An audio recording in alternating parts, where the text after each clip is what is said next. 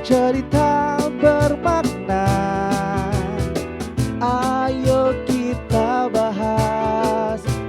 bahas bersama.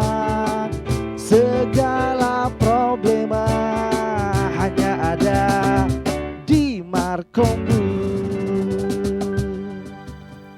Hai, assalamualaikum warahmatullahi wabarakatuh. Terima kasih Bang Fahmi dari Follow Band. Kali ini Follow Band ya.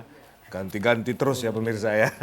Nah, hari ini Markombur kita kembali menghadirkan bintang tamu yang mungkin kali ini cuma Hasana aja yang cantik di sini. Yang lainnya ganteng-ganteng ya kan. Hari ini saya Putra Andika Siagian kembali akan membawakan Markombur. Nanti kita bercerita tentang isu-isu terbaru. Mungkin ini tentang pendidikan di Sumatera Utara. Kali ini saya ditemani oleh Nur Hasanah. Silakan Nur Hasanah. Baik, terima kasih Bang Putra. Luar biasa sekali tentunya pemirsa. Hari ini kita membahas tema pendidikan yaitu realisasi Merdeka Belajar di Sumatera Utara. Dan untuk pemirsa yang pengen tanya-tanya seputar tema pembahasan kita, boleh banget hubungin kita di 0811-6100-386. Pemirsa boleh tanya apa aja ya, ini karena sangat luar biasa nih temanya ya.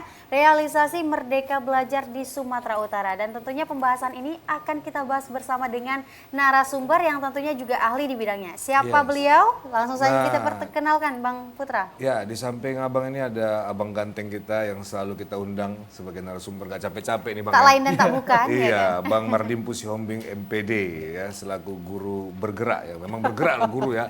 Guru penggerak ya. Penggerak, dari Bang. SMA Santa Maria Medan. Nah, apa kabar Bang Hari ini, sehat? Sehat, luar biasa Bang Luar Putra. biasa. Wah, semangat terus ya. Semangat mengemban tugas sebagai guru. Waduh. Kemudian di sebelah sana nih kayaknya yang baru ganteng banget ini ya. Oh, Iya. terkalahkan ganteng Bang Putra. Iya. Silakan. Tentunya perkenalkan Bang Melki Gunawan Harefa SPD ya. Assalamualaikum, selamat siang Bang. Selamat siang Mbak. Bang gimana nih hari ini kabarnya sehat? Luar biasa. Luar biasa ya. Sudah siap lah ya membagikan informasi kepada kita tentang realisasi Merdeka Belajar di Sumatera Utara. Siap, kita akan berbagi dengan masyarakat Sumatera Utara pada sore hari ini. Luar biasa. Bang ini guru di SMA Negeri. SMA Negeri 14 Medan. Oh, 14 SMA ya. Negeri 14 Medan. Abang kalau ke sekolahnya abang ini tuh Jalan selalu gelas ya, Pak. mau beli keripik aja nih. Iya benar. Nah, karena dekat sana tuh ada tempat jual keripik yang enak ya kan. Harus ya. Tapi parkirnya susah Bang ya. Parkirnya karena ya lumayan ya. Lumayan. Harus pintar nyetir supaya Pintar bisa nyetir. dapat parkir. Baik, ini pertanyaan pertama ya, saya mungkin dari saya dulu nih ya, nanti disusul sana. Realisasi Merdeka Belajar di Sumatera Utara. Mungkin kita ke Bang Dimpu dulu. Ini tahun 2024. Iya. Artinya kurikulum Merdeka Belajar Bang Dimpu sudah berapa tahun berjalan? Ini Mungkin tahun boleh tahu? ketiga. Ini tahun ketiga. Pasti sudah banyak lah yang bertambah. Saya dengar kemarin itu ada platform Merdeka Mengajar lagi yang di situ para guru. Mungkin guru yang muda nggak capek sana. Yang guru yang senior ini. Yang ada sertifikat-sertifikat Iya. itu juga ya, Bang. Nah mungkin Bang Dimpu bolehlah memulai ini dengan memflashback dulu lah mungkin bagaimana Merdeka Belajar dari tahun ke tahun. Yang tahun ketiga nih ya kan. Silakan Bang. Ya, Bang Putra ini banyak tahunnya selalu ya. Oke Bang Putra, kalau saya pribadi ya, kalau ini flashback nggak hanya sekedar flashback, tapi ini adalah sebuah refleksi. Terutama ini refleksi saya secara pribadi sebagai seorang guru yang tentunya adalah guru penggerak yang mengimplementasikan kurikulum Merdeka.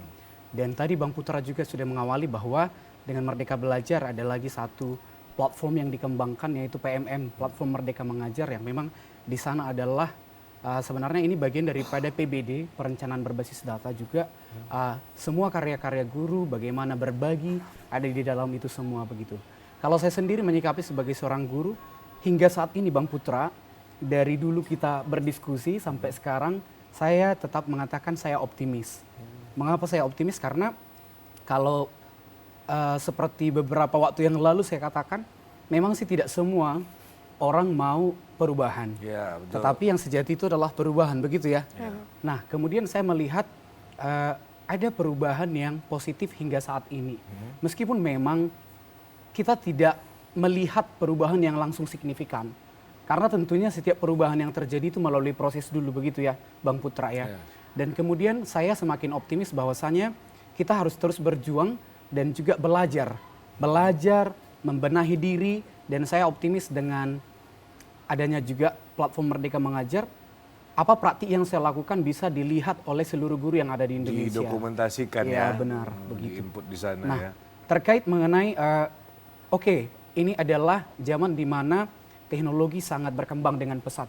Dan tadi Bang Putra mengawali bahwa kalau guru yang muda mungkin tidak masalah begitu ya, Bang Milky ya. Saya rasa begini, ada kolaborasi yang jelas, sinergi yang baik antara yang muda dan yang tua, junior, medior, dan senior. Saya rasa tujuan akan tercapai dengan baik. Artinya begini, saya sebagai seorang guru muda yang baru belajar begitu ya, saya optimis ketika begini, kalau guru yang sudah senior, guru tua bercerita, muda berkelana. Saya adalah guru muda yang harus belajar terus dulu dari ceritanya para guru yang senior begitu. Artinya ketika ada komunikasi dan kolaborasi yang baik antara saya sebagai guru muda dengan guru yang senior, saya rasa Merdeka Belajar pasti berkelanjutan. Jadi saya bisa mengatakan dengan optimis sustainable Merdeka Belajar. Sustainable. Berkelanjutannya. Iya, berkelanjutan. Kalau Bang Melki sendiri mungkin menanggapinya. Menanggapinya seperti apa? Ya, terima kasih Bang Putra. Terkait dengan Merdeka Belajar ini seperti kata Bang Dimpu tadi, kita sudah memasuki tahun ketiga. Jadi sebenarnya di 3 tahun pertama usia dari Merdeka Belajar ini kita dihadapkan pada satu tantangan sebenarnya, dan menurut saya sebagai guru dan bagian dari pendidikan itu sendiri, kita berhasil melalui masa itu. Kita dihadapkan 2019-20 COVID-19. Jadi di situ sangat kita rasakan bagaimana Merdeka Belajar itu berhasil kita lewati bersama-sama. Pendidikan kita tetap tangguh. Di tahun-tahun itu kita mengenal ada istilah lost learning, ya. Tetapi dengan adanya Merdeka Belajar, dengan episode penyederhanaan pembelajaran tetapi bermakna, lahir pembelajaran yang bermakna, sederhana tapi bermakna, terkait dengan pembelajaran jarak jauh di masa itu, maka produk kita di masa COVID itu, output pendidikan kita yang masuk misalnya di tahun 2019 atau 2020 masuk sekolah di tingkat SMP atau SMA, kemudian tamat di tahun 2023 atau sebentar lagi di 2024 ini, betul-betul mereka tidak merasakan sesuatu yang sangat merugikan bagi mereka atau proses pembelajaran yang besar yang hilang di masa COVID-19 itu. Kenapa bisa seperti itu? Itu tadi salah satu dari output Merdeka Belajar itu sendiri. Jadi banyak program-program dari pemerintah melalui Kementerian Pendidikan, Riset, dan Teknologi yang memang di masa itu mampu beradaptasi dengan keadaan yang kita hadapi dengan hadirnya COVID-19 melalui pembelajaran jarak jauh, kemudian melalui kombinasi pembelajaran setelah COVID itu mulai melandai pandeminya kasusnya di Indonesia. Jadi itu satu peristiwa penting bagaimana realisasi dari Merdeka Belajar itu mampu ya menghadapi satu keadaan yang semua orang mungkin tidak memprediksi bakal akan terjadi pandemi COVID, tetapi dengan Merdeka Belajar yang bisa beradaptasi, yang agak fleksibel dalam pelaksanaan di lingkungan sekolah, itu mampu mengadaptasikan diri dan kehilangan pembelajaran atau istilah lost learning di masa itu tidak dialami oleh peserta didik kita. Itu bagian terpenting yang saya rasa sejarah yang mencatatkan itu terhadap Merdeka Belajar di Itu awal-awal pada saat COVID, COVID-19. Awal-awal diluncurkan juga. Iya, Merdeka Belajar. Oke, ini kita kilas balik ya sebelum jauh membahas seputar realisasi Merdeka Belajar di Sumatera Utara. Sebelum adanya Merdeka Belajar ini kan tentunya ada kurikulum sebelum ini kan kurikulum 2013. Nah, ini apa sih yang membedakan kurikulum 2013 dengan Merdeka Belajar ini? Bagaimana peningkatannya? Kepada Bang Hom.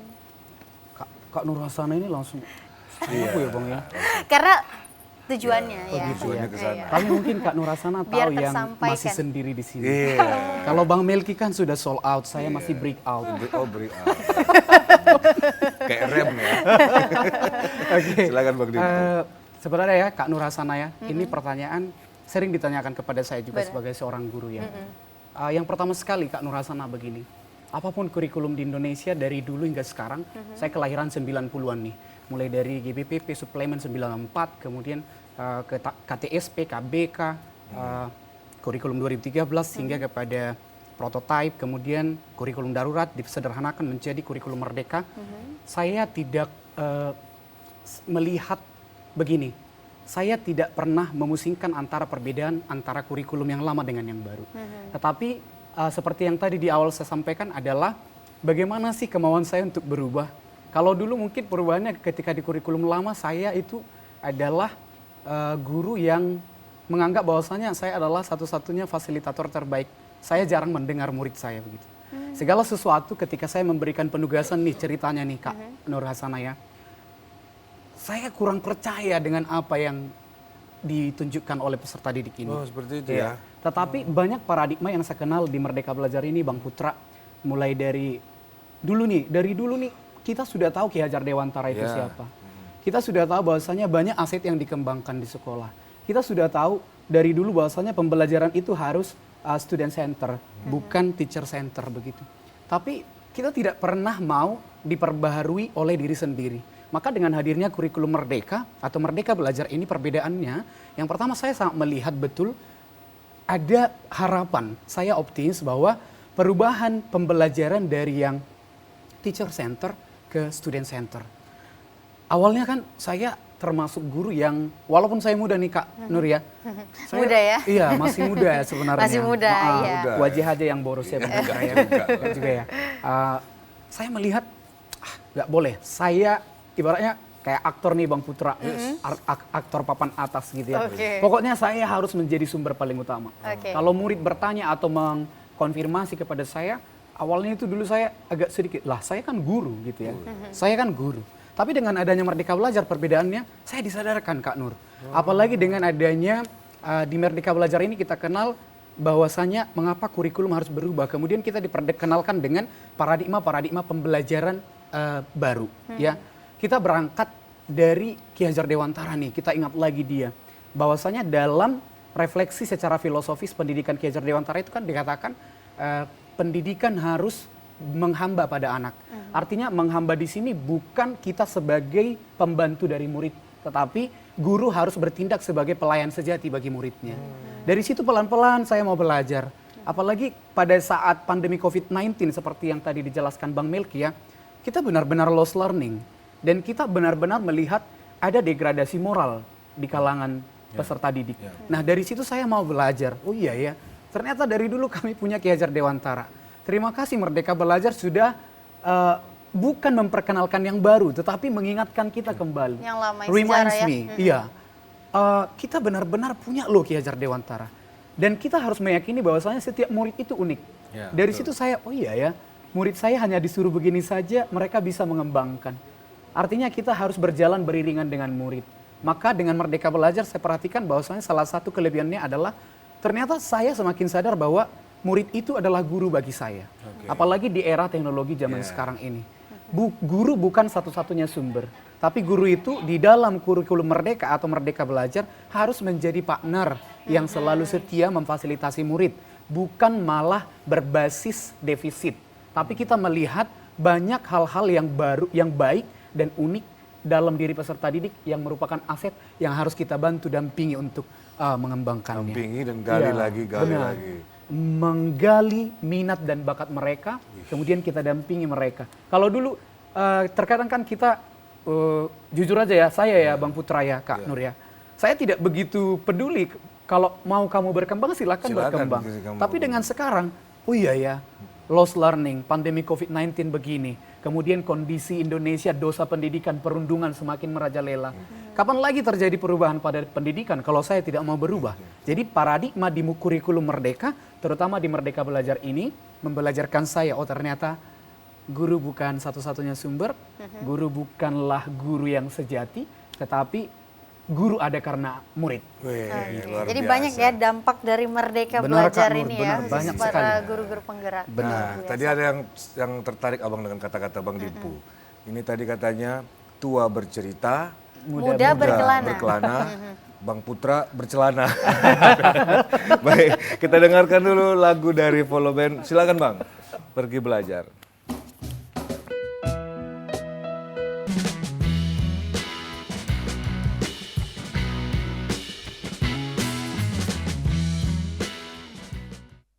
Baik, kembali lagi pemirsa, segmen 2 kita tentang realisasi Merdeka Belajar di Sumatera Utara. Jadi dua guru hebat ini muda ya kan, bersemangat sana ya. Ada Bang Dimpu, ada Bang Melki ya kan. Iya. Kan Sangat masih muda. Oh masih muda, Masih muda. ya kan. Dia bermutu ya, bermuka tua.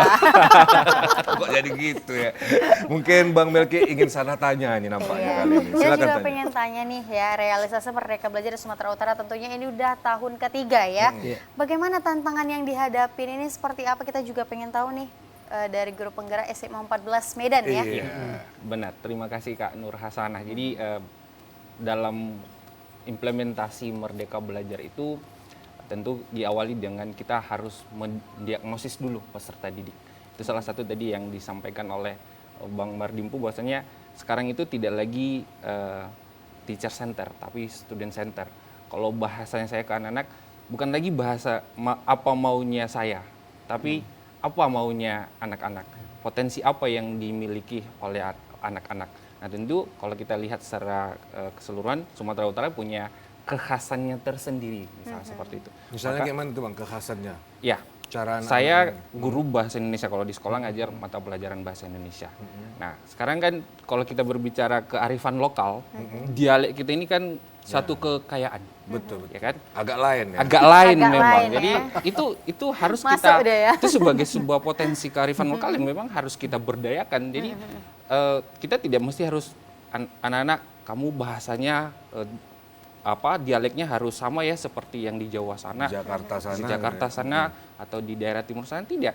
Biarlah dia bangga dengan kearifan lokal tadi, dialek kita di Sumatera Utara itu, tetapi dengan catatan juga tidak merendahkan Ya. dari daerah lain. Itu sebuah kekayaan yang dimiliki oleh Indonesia secara umum. Jadi kembali tadi ke implementasinya, apa maunya peserta didik, bukan lagi apa maunya saya. Kamu harus bisa menulis ya, kalau misalnya saya guru bahasa Indonesia, kamu harus bisa menulis cerpen, kamu harus bisa menulis puisi. Nggak Zaman bisa. dulu, Itu zaman dulu. gitu, ya kan? Kalau nggak bisa maka nilaimu Ya, rendah. rendah. Tidak, makanya di awal itu perlu kita identifikasi. Ada istilahnya sekarang tes diagnostik kognitif dan non kognitif yang harus kita berikan di awal kepada peserta didik. Jadi dari hasil itu kita tahu bagaimana kesiapan belajar peserta didik kita, bagaimana gaya belajarnya, minat belajarnya seperti apa, sehingga nanti pada pelaksanaan pembelajaran, proses pembelajaran, kita jangan marah, kok kamu nggak bisa menulis, kok kamu kalimatnya masih amburadul, bahasa orang Medan, kok belum utuh gagasannya. Ya, dari awal kan kita sudah punya data, oh ternyata peserta didik kita ini kosakatanya masih sangat terbatas. Maka tentu kita harus memberikan treatment khusus untuk peserta didik tersebut, sehingga kalau kita punya 32 atau 36 peserta didik di setiap kelas, maka kita harus punya metode yang berbeda-beda.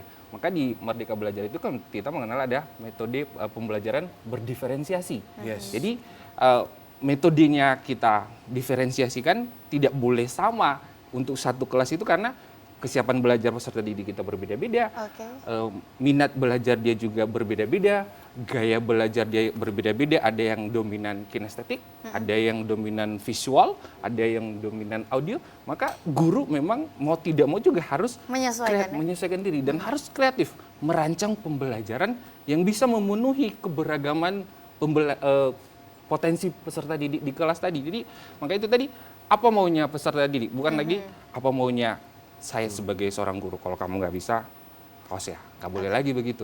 Oh, nah, ternyata kamu belum bisa di sini. Maka caranya seperti ini, metodenya seperti ini. Itu di media sosial kan banyak tuh, Merdeka Belajar dia bawa speaker, bawa sapu. Itu Lebih ini ya, caranya unik-unik gitu ya. Itu salah satu upaya untuk itu tadi. Mungkin dia ada yang dominan di kinestetik, lebih cenderung praktik.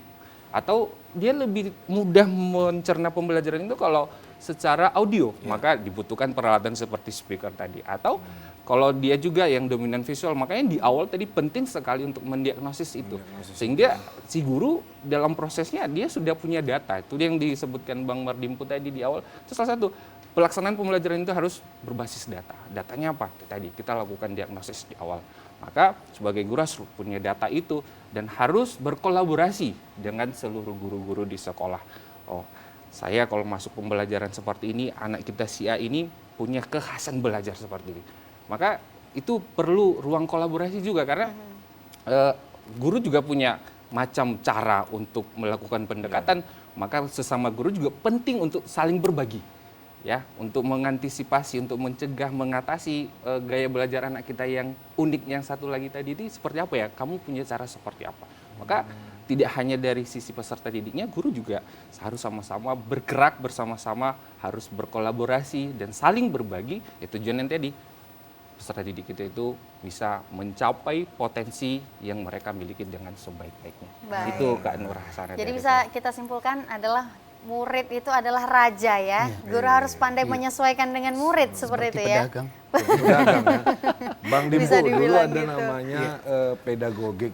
Kompetensi pedagogik. Kompetensi pedagogik mungkin bisa dijelaskan sedikit kepada pemirsa bagaimana hubungannya dengan Merdeka Belajar. Iya, Bang Pak. Putra sebenarnya jurusannya apa sih? Ini Bang Putra ini kok semua istilah apa yang kompetensi profesional Jangan-jangan guru penggerak juga. Nah, ini. host penggerak Host Kak penggerak Sana. ya. Sebenarnya saya Intel sama dengan Bang Fahmi juga. Kami Diam-diam Intel. ya. Indomie telur. Lanjut lah. Silakan Bang jangan banyak-banyak bilang begitu, nanti saya jadi banyak kamus Bang. Iya banyak. Nanti saya pas ngajar di sekolah bilang ke murid, jangan seperti Intel. Iya. Rupanya Indomie telur. Oke, Bang Putra, sebenarnya kan kalau kita lihat dari standar nasional pendidikan ya, dan kalau kita lihat kembali Undang-Undang Sistem Pendidikan Nasional ya, dan sampai kepada kode etik guru, hingga pada kompetensi profesional atau profesionalisme seorang guru. Ada kompetensi pedagogik, kompetensi profesional, kompetensi kepribadian, dan kompetensi sosial. Ini dari zaman kapanpun, waktu siapapun jadi guru dari dulu, sepertinya Bang Melki ini adalah kompetensi yang Aspeknya. harus selalu dikembangkan Oh, itu oleh berarti guru dan dimiliki oleh setiap guru. Standarisasinya Standar, seorang guru. Iya. Oh, Maka saya bilang gitu. tadi standar nasional pendidikan, di standar tenaga pendidik dan kependidikan kan seorang guru itu selain misalnya nih pendidikan minimal sarjana atau memiliki akta mengajar, akta 4 misalnya. Nah, kalau di kompetensi pedagogik ini kan bagaimana sih guru bisa merencanakan pembelajaran dengan baik seperti yang dijelaskan Bang Melki tadi.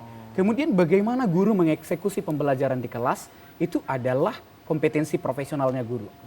Kemudian bagaimana guru menghadapi siswa, kemudian menerima perbedaan siswa dan berperilaku di lingkungan masyarakat itu adalah kompetensi kepribadian dan juga kompetensi sosial. Begitu. Dan tadi menarik ya sebenarnya pertanyaan dari Kak Sana ya kepada Bang Melki. Apa sih tantangannya? Kalau saya sering menyebutnya tantangannya makan, saya bilang Kak Sana. Apa itu, Bang? Makan, saya bilang. Makan.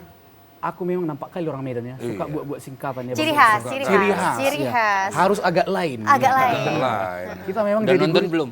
Sudah. Udah ya. Jangan Jangan promosi di ya. spill. Jangan di-spill. Jangan di spill. Sudah berapa juta juga Nanti. jangan di spill. Itu pemerannya saya loh. Iya, oh, Beda Tapi ya? agak lain yang di sekolah saya. Gitu. Jadi antara pertanyaan tadi pertanyaan Bang Putra dan Kak Sana itu sebenarnya sangat relate ya. Apapun kurikulumnya, pendidikan pasti punya tantangan. Siapapun yang menjadi pemimpin pasti akan ada tantangan. Mau sesempurna apa yang kita harapkan pasti akan ada tantangan. betul. Demikian juga dengan pendidikan dan para guru. Saya sering menyebutnya kalau saya berdiskusi nih Bang Putra Kak Sana ya. Saya sering bilang makan, tantangannya adalah makan. Makan ya. Kita Apa senang makan tapi tantangannya adalah makan. Yang pertama motivasi dan mau berubah. Yang kedua itu kreativitas. Yang ketiga baru inovasi. Kalau tantangannya ada perubahan, kita mau nggak menerima perubahan itu? Itu Ada pertama, nggak? Iya pertama benar. ya. Ada nggak motivasi dari diri kita, kita mau berubah begitu? Kalau kita sendiri tidak ada motivasi diri sendiri ya Bang Melki ya, Berubah, gimana mau berubah? Gimana mau generasi emas 2045? Nggak akan ada generasi emas 2045 kalau guru sebagai aktor pendidikan tidak mau berubah dan tidak termotivasi untuk berubah. Karena kalau Nelson Mandela ya mengatakan begini, senjata terampuh untuk mengubah nasib suatu bangsa adalah melalui pendidikan. Saya senang dengan tokoh tersebut karena sangat relate dengan pendidikan dan kualitas pendidikan saat ini begitu. Kemudian yang kedua kreativitas. Tadi Kak Sana dan Bang Putra sudah di kompetensi gurunya kan, kemudian di tantangannya. Ini adalah suatu menarik sekali ya, pembahasan yang sangat menarik. Kreativitas. Ketika di media sosial ada guru before and after. Iya, Tapi iya. jujur aja. Kalau dibuat hanya sekedar candaan dan lelucon dan malah seperti membanding-bandingkan dan menjelekkan, saya rasa Enggak ya. jangan. ya. Jadi guru itu kita mari melakukan cara yang terhormat untuk sebuah perubahan begitu. Jadi lakukan hal yang kecil aja, sederhana dulu, praktekkan di kelas pembelajaran Kan nggak kita mesti dulu. juga Nggak bawa-bawa mesti. gitu juga kan. Mana ada? Emang dari dulu nggak pernah pakai speaker? Pakai lah, Pakai pas dong. senam dia Pakai ya. pakai. Itu zamannya zaman apa kok sampai gini bawa Iya, speaker ya? iya, betul. Aku rasa ini juga salah satu pesan yang mau saya sampaikan kepada seluruh pendidik di Indonesia. Mari ketika kita adalah seorang guru, ayo kita berubah dari diri kita sendiri dulu. Jangan malah kita lukai, kita cederai pendidikan itu sendiri. Apa yang kita tampilkan itu akan ditonton dan diteladani atau ditiru oleh murid kita. Jangan sampai orang-orang mengatakan guru itu kan digugu dan ditiru. Kok guru begitu? Iya. Tidak diterima dikatakan kok guru begitu. Ya mari kasih aja contoh yang kecil-kecil tetapi bisa memberikan perubahan. Kreativitas. Kreativitas itu sebenarnya saya sangat meyakini semua guru itu sangat kreatif. Tetapi dihubungkan lagi dengan tadi motivasi dan kemauan. Mau nggak? Kemudian inovasi.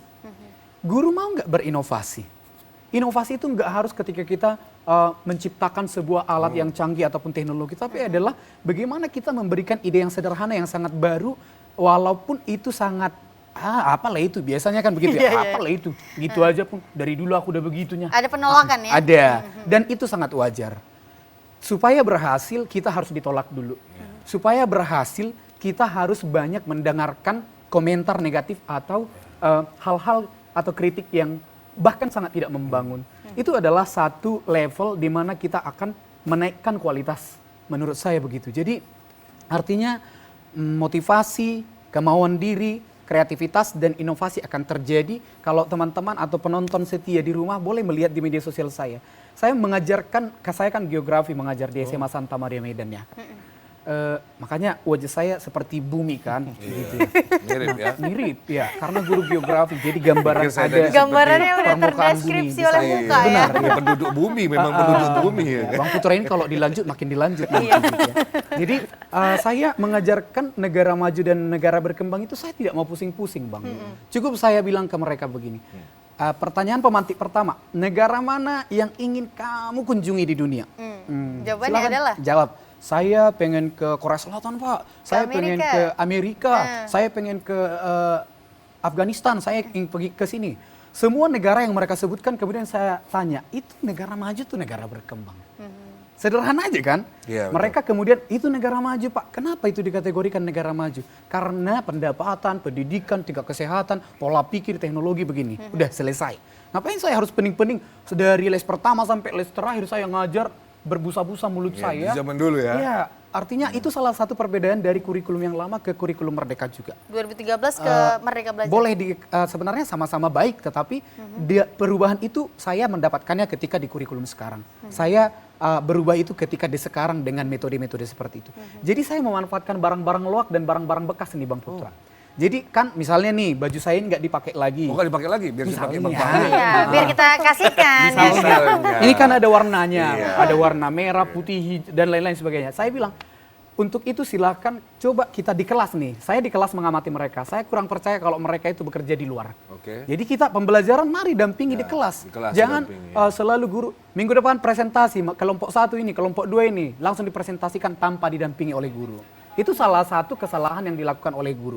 Maka salah satu perbedaannya di situ juga, di perubahan itu. Oke. Nah jadi misalnya nih warna-warninya, ini kan udah dibuang, tidak dipergunakan lagi nih Bang Putra. Negara Swiss tadi pengen dikunjunginya, ya dia tinggal menggabungkan warna-warni ini jadi satu, kemudian dia mempresentasikan idenya, ini adalah negara yang saya mau kunjungi, negara Swiss. Ini adalah negara paling saya cintai, Indonesia. Hanya diambilnya dari barang-barang bekas, kemudian mempresentasikan idenya berdasarkan barang-barang bekas yang dia pakai. Kemudian semua contoh-contoh bendera di setiap negara, ada 36 murid, 36 negara maju, 36 negara berkembang, kita tempel di depan. Jadi saya seperti bukan tebak-tebakan, tapi saya panggil mereka. Ini tadi negara mana? Ini negara mana? Ini negara mana? Jadi ilmunya langsung nyerap Iya benar. ya. Jadi Oke. kita harus kontekstual.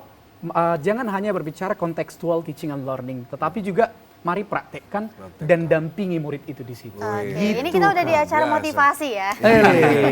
Ini sudah mau masuk ke segmen berikutnya, tapi Oke. sebelum masuk ke segmen berikutnya, Ada yang mau lewat lagi? ada yang mau lewat, teman Siapa? abang tertarik tadi. Saya tertarik tadi Bang Fahmi mengenai kalau seandainya saya menjadi guru geografi juga, Iya. maka saya akan memberikan pertanyaan kepada siswa saya. Apa itu? Negara mana yang tertua? Negara tertua adalah Bangladesh. Karena Kenapa? kalau dia masih muda, Deklades. Oh iya ya. Silakan Bang Bang Fahmi. Untuk itu silakan Bang Fahmi and Friends.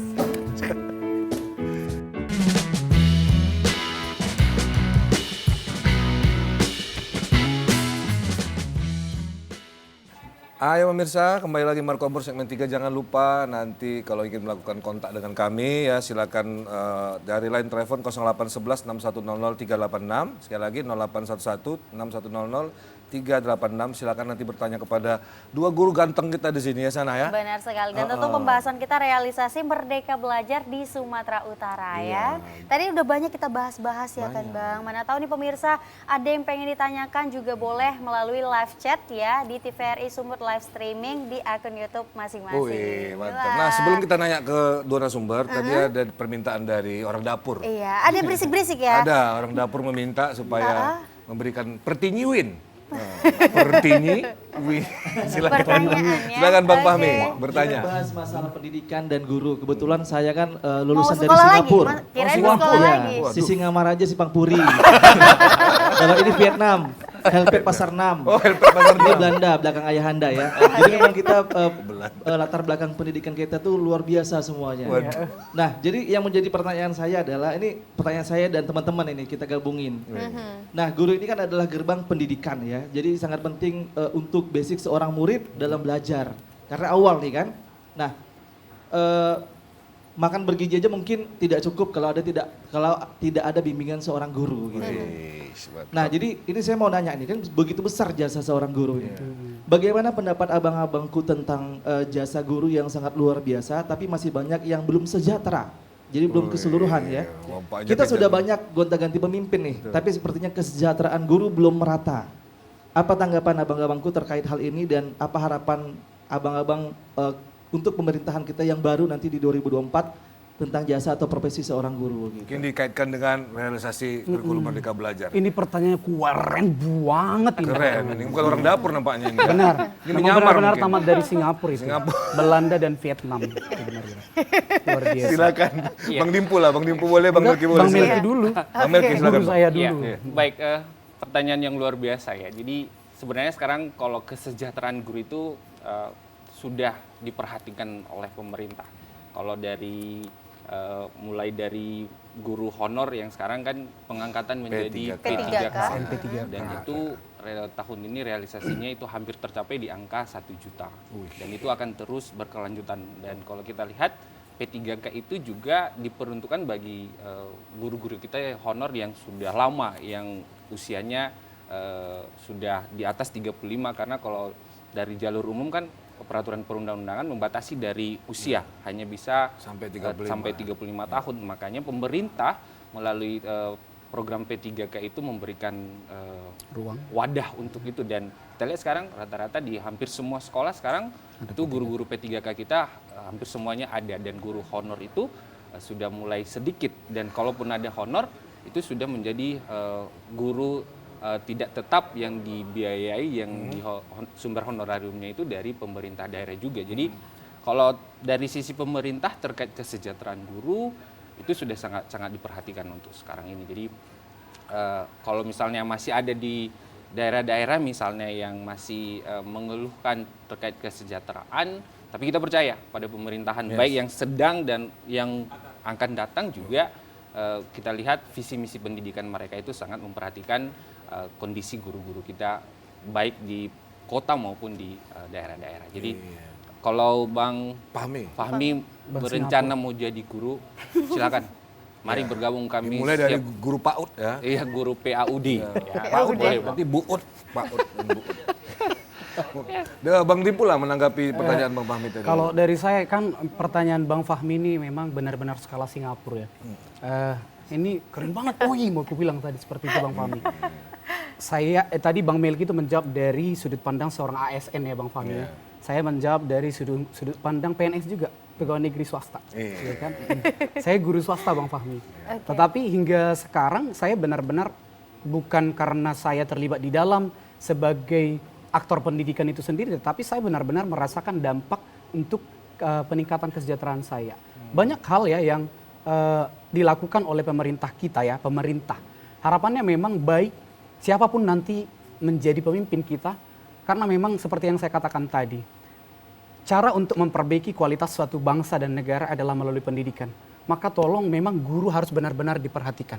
Karena guru itu aktor pendidikan yang memang tidak boleh ditawar-tawar. Ya. Jadi Bang, yang saya rasakan banyak sekali dengan hubungannya juga dengan Merdeka Belajar ya.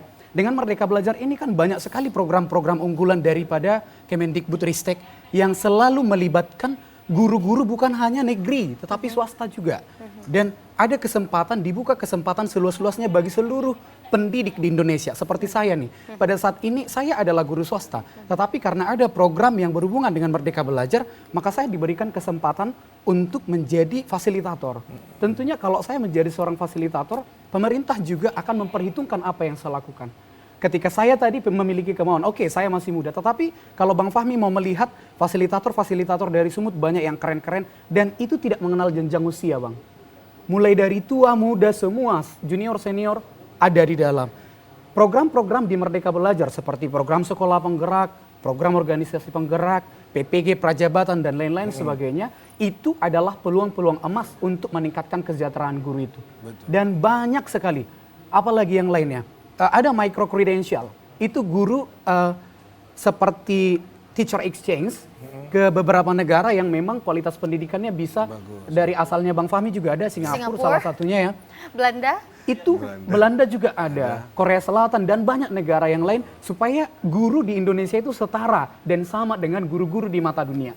Kita sih tidak ragu ya, kalau misalnya kita sangat optimis dengan program-program ini dan kita mau terlibat langsung di dalam, maka saya meyakini tolong memang siapapun pemerintah ke depan program-program yang sudah baik harus tetap dipertahankan dan memang tetaplah perhatikan kesejahteraan guru karena kemajuan suatu bangsa ada di tangan guru. Oke, Mantap kali, luar karena, biasa. Gimana? Masih adakah ada pertanyaan unek-unek mungkin? ataupun Tambahan? pertanyaan lagi, Bang Fahmi? Sedikit lagi boleh nggak? Boleh, Nah, silakan. apakah pemerintah hanya memperhatikan sekolah atau pendidikan negeri atau mungkin swasta juga diperhatikan? Karena saya nggak mengikuti kan pendidikan itu. Jadi kita pengen tahu juga, mungkin pemirsa yang dari rumah juga Ke pengen mana tahu. nih? Ke Bang Dimpu, ke Bang Melki? Karena yang satu dari dua-duanya PNS, satu Bukan. negeri, satu swasta Saya ya. pegawai negeri swasta, Iya, berarti iya. artinya guru swasta Bang PNS Fahmi. juga kan?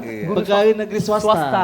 Keren amat ini. Sipil. Jadi Bang Putra dari mana? Dari saya tadi? luar negeri. Oh. Ya. Kira Makanya dari luar tadi. negeri kan swasta Luar negeri itu. juga. Ya. Jadi apakah yang swasta juga ternyata dapat perhatian juga nih dari pemerintah? Benar. Karena kan kalau soal pendidikan, karena kan pendidik identik dengan SDM kita ke depan gitu. Iya. Jadi sangat penting. Bagaimana nih kira-kira dari Tanggapannya, Ya. silakan Bang Baik, Melki. pertanyaannya ini luar biasa, Bang Fahmi ya. Jadi ini tidak membeda-bedakan ya, sama-sama PNS ya tadi ya. Jadi Cuman beda kepanjangan iya, aja. kalau dari pemerintahan itu sendiri kan kita lihat misalnya dari sudut anggaran, itu sekolah negeri dapat biaya operasional sekolah Bos. bos Bos, itu sama besarnya dengan Swasta juga. swasta. Dihitung per siswa, tidak dilihat oh ini siswa swasta, ini siswa Negeri. negeri, nggak ada. Nominalnya sama, pengalinya untuk setiap siswa itu sama tanpa membeda-bedakan apakah itu sekolah negeri atau sekolah swasta. Jadi sama dari sisi anggaran. Kemudian bagaimana supaya swasta ini juga tetap bertahan ya? Maka pemerintah mengatur siswa negeri itu kalau dia SMA maksimal rombongan belajar itu hanya 36 untuk kelas 1, 2, dan 3. Jadi satu tingkat itu hanya maksimal 12 kelas. Jadi maksimal satu sekolah itu maksimalnya 36 rombel. Dan maksimal di dalam satu kelas itu hanya 36 Orang. Andai misalnya pemerintah tidak mengatur itu, maka kita bisa melihat sekolah-sekolah negeri yang diminati itu Ya kan, ya. menumpuk siswa, sehingga sekolah-sekolah swasta di sekitarnya pelan-pelan siswanya nggak ada. Tapi dari situ pandang itu pemerintah, oh ini harus kita batasi supaya swasta ini juga tetap bisa berkembang, tetap mempertahankan diri dan tetap juga ikut berpartisipasi untuk membangun pendidikan. Jadi dari segi itu tidak ada pembeda, tapi dari segi regulasi pemerintah mengambil peran sebagaimana swasta tetap dengan kualitasnya dan negeri sebagai sekolahnya pemerintah itu juga tetap bisa berjalan dengan baik. Jadi anggaran diatur, kemudian sama persis, kemudian untuk siswa sekolah negeri itu dibatasi dengan aturan. Jadi nggak ada sekolah yang rombel negeri itu yang SMA misalnya rombelnya 37. Bahkan satu rombel itu kalau 37 siswa di dalamnya, satu orang itu pasti siswa siluman. Tidak akan terdaftar. Nggak keluar karena NISN-nya NISN-nya nggak ada. NISN. Karena di Dapodik itu NISN ya. data pokok peserta Ya, didik kata itu, Kapodik. Dapodik namanya, itu hanya memang maksimal 36. 36. Satu kelas. Satu kelas. Jadi, dari segi regulasi pemerintah sudah Kalau dulu masih bisa ya sampai 40 lebih. Sisipan. Benar. 44. Kadang 50, saya di SMA 56. 56. Dulu waktu Bang SMA. Putra sekolah sekarang nggak bisa lagi. Nggak Iya. boleh. Satu kelas itu maksimal 36. 36. Rombel pun di satu sekolah negeri itu kalau SMA 36. 36. Satu rombel. tingkat itu maksimal 12. Kalau SMP di 32 untuk siswa SMP-nya di satu rombel maksimalnya. Wow, sudah dibatasi seperti Sudah, itu ya? ada regulasinya Dulu juga. kan sampai ada satu rombel itu 17 Iya. ya kan, sampai 18. Wah, gak kebagian nih sekolah Bang. Benar. Jadi Dimpu, supaya sekolahnya Bang Dimpu Juga hidup ya. Hidup. Saya juga bisa hidup. Hidup. Oh, hidup dia, berdiri dia ya. Mungkin sedikit ya saya Iya, tambahkan ya Oke, Bang Fahmi boleh, ya. silakan. Saya sebagai guru swasta juga mengucapkan terima kasih kepada pemerintah kita ya. Saya bisa sertifikasi itu karena pemerintah Bang. Wih. Dan saya bisa cepat sertifikasi itu karena program pemerintah dari Merdeka Belajar namanya program pendidikan guru penggerak. Jadi saya dulu itu sertifikasinya pendidikannya di UNES, saya tidak pernah berangkat ke UNES sama sekali. Saya hanya ikut kalau orang-orang pada umumnya 4 sampai 6 bulan, saya cuma 3 jam sertifikasi selesai Bang. Itu karena saya dianggap setara oleh pemerintah, tidak dibedakan antara guru swasta dengan guru negeri. Tapi memberikan peluang kepada kita guru-guru swasta supaya memang kita punya hak-hak yang sama. Tapi kalau mungkin dari secara regulasi, ya wajar kalau pemerintah kita buat regulasi untuk ASN dan ada regulasi secara umum yang bisa berlaku universal atas nama guru begitu. Dan ini juga tetap kita perjuangkan dan kita harapkan harus senantiasa dilanjutkan. Begitu Bang, banyak sekali yang bisa kita rasakan yang memang tidak ada sih dibedakan. Saya mungkin karena saya generasi sekarang ya Bang Fahmi ya. Tapi saya benar-benar merasakan ini adalah zaman di mana guru diperlakukan sama oleh pemerintah, tidak melihat background saya karena dari guru swasta. Saya ke Kemendikbud itu nggak bisa lagi saya hitung berapa kali saya ke sana, Bang Fahmi, karena memang pemerintah memandang ketika ini kita semua kan aset gitu ya, tapi bukan jangan dimaknai negatif ya. Yes. Kita semua adalah aset untuk kebaikan pendidikan.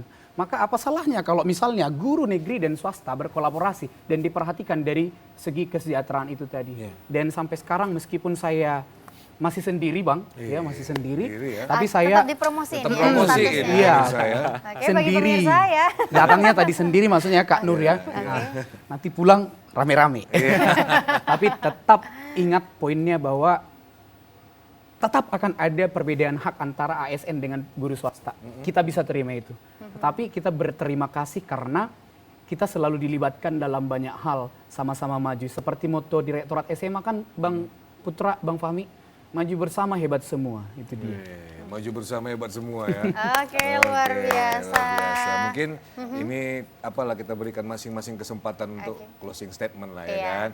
Karena sudah di penghujung ini ya Mungkin kan. pesan yang pengen disampaikan kepada Ya, pemirsa di ajakan, rumah Bang, ya. himbauan, Iya, ya. terkait dari realisasi Merdeka Belajar. Kepada Bang Melki kami Ya, persilakan. baik, terima kasih Kak Nur. Kalau dari saya Bapak Ibu guru di manapun berada, khususnya di Sumatera Utara, untuk realisasi Merdeka Belajar ini, maka Bapak Ibu terkait dengan siswa kita di sekolah, maka siswa kita itu adalah siswa-siswa yang unik. Tidak ada siswa kita yang nakal, tapi mungkin mereka sedang kesepian, mungkin mereka sedang kehilangan kasih sayang. Betul, betul. Maka kalau di luar dari sekolah sedang mereka keluhkan kehilangan itu, maka betapa sedihnya kalau ketika dia hadir di sekolah juga kita tidak memberikan itu kepada mereka. Maka Bapak Ibu, anak-anak kita itu nakal dalam tanda petik, itu semuanya punya alasan. Mari kita rangkul mereka, karena kualitas sebuah sekolah terletak di siswa terburuknya. Terima kasih. Oke, luar luar biasa. biasa ya. Silakan, Bang Dimpu. Bang Merdimpu. Ya. Himbauannya. Oke, terima kasih Bang Putra dan Kak Nur. Untuk seluruh sahabat saya, pendidik di seluruh Indonesia, secara khusus di Sumatera Utara, Merdeka Belajar adalah sahabat kita. Merdeka Belajar adalah satu langkah untuk Indonesia menciptakan generasi unggul, generasi emas bukan hanya di 2045, tetapi dari sekarang kita sudah membangunnya. Maka Merdeka Belajar harus berkelanjutan. Terima Wih, kasih. Oke, luar biasa. sesuai yang dibilang di awal ya, Iya. sustainability ya. Tadi ada yang menarik juga disampaikan oleh Bang Dimpu. Kita adalah aset. Ada, oke. Asep. Oh, Asep. Aduh, Itu berarti orang keselimper Sunda ya. ya. Maka kita adalah ucok berarti gitu ya. Bukan Asep. Medan ya, Horas. Iya, baik Untuk pemirsa, itu, mungkin inilah penghujung acara kami. Sangat seru tadi ya, sana kita ngobrol bersama dua guru muda ini ya. Walau satu negeri, satu luar negeri ya. Iya, luar tapi biasa sekali ya nggak apa-apa lah ya. tentunya. Di akhir ini luar biasa kami mungkin akan ucapkan terima kasih kepada Bang Dimpu. Dan juga Bang Melki. Terima kasih ya. Bang Putra. Nah, silakan. Dan luar biasa sekali ini sangat menginspirasi dan juga menginformasi kepada kita bersama. Nih kami ucapkan juga terima kasih kepada pemirsa di rumah yang sudah menyaksikan Markombur dari awal hingga detik ini. Untuk itu saya Nur Hasana dan juga rekan saya Putra Andika Siagian, kami undur diri. Sampai jumpa bertemu lagi di hari acara esok. Markombur Acara Markombur yang selanjutnya. lain. Silakan. Dadah. Bang Fahmi.